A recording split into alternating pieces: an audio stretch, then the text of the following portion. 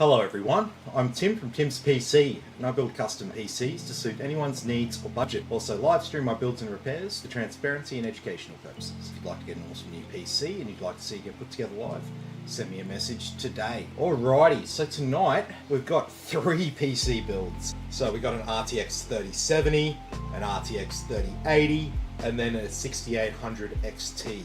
3 really decent graphics cards. They're all Ryzen builds.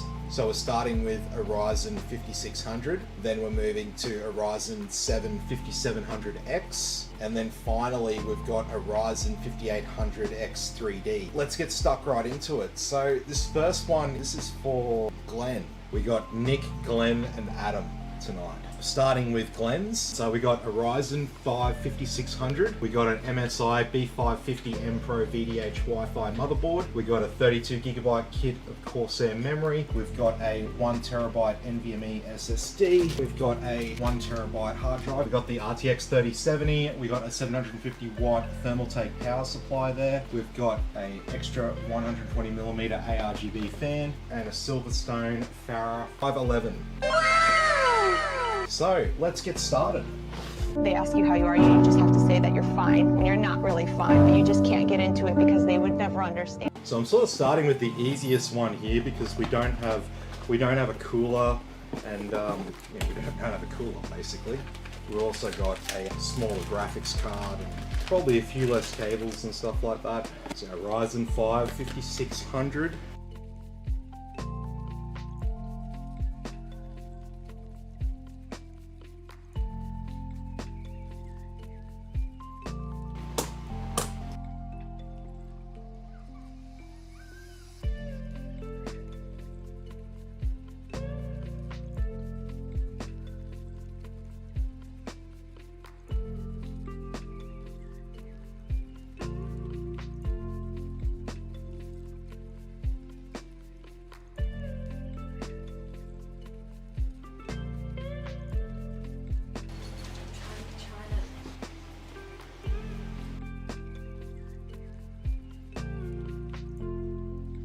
So, you might be wondering why I haven't screwed in the fans to the radiator. It's because I'm chucking the radiator on the front of our case.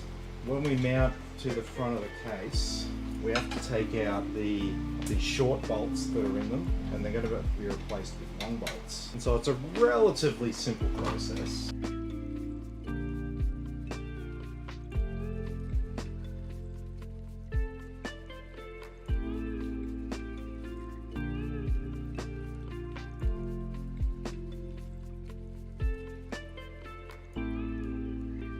If everything's all hooked up out the back there, it's time for our graphics card.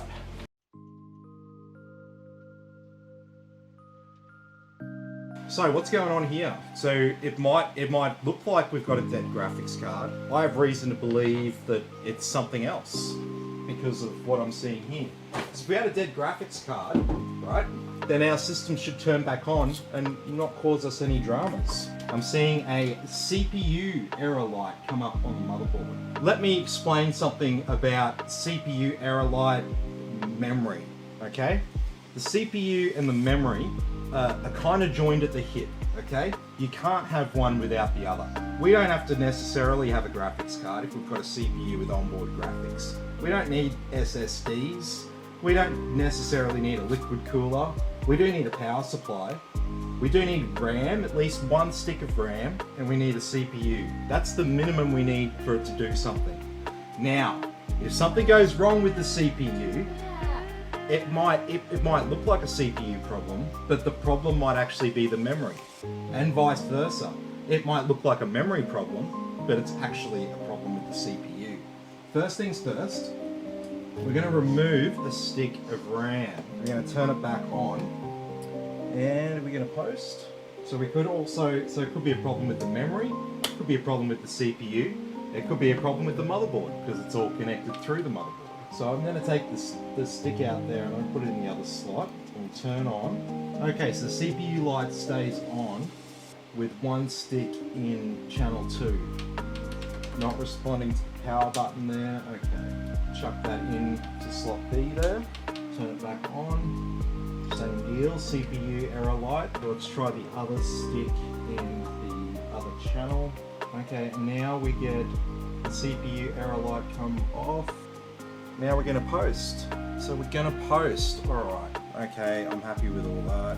All right, so now we got both sticks in channel 1. Let's see what happens with both of them in there.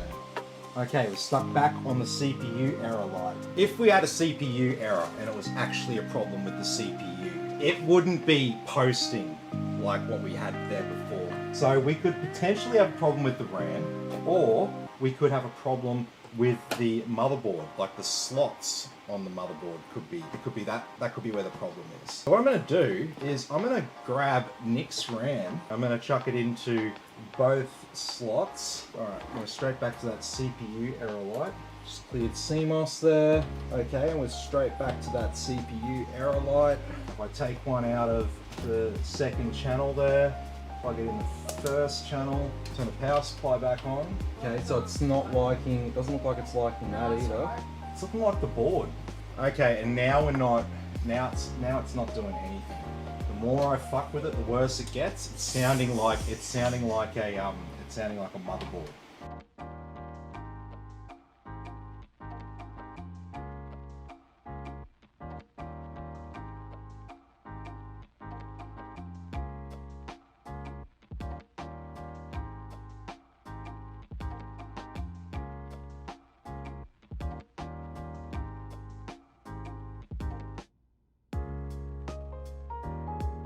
So thanks everyone for watching. Be sure to like and subscribe to the channel, and I'll catch you all in the next video.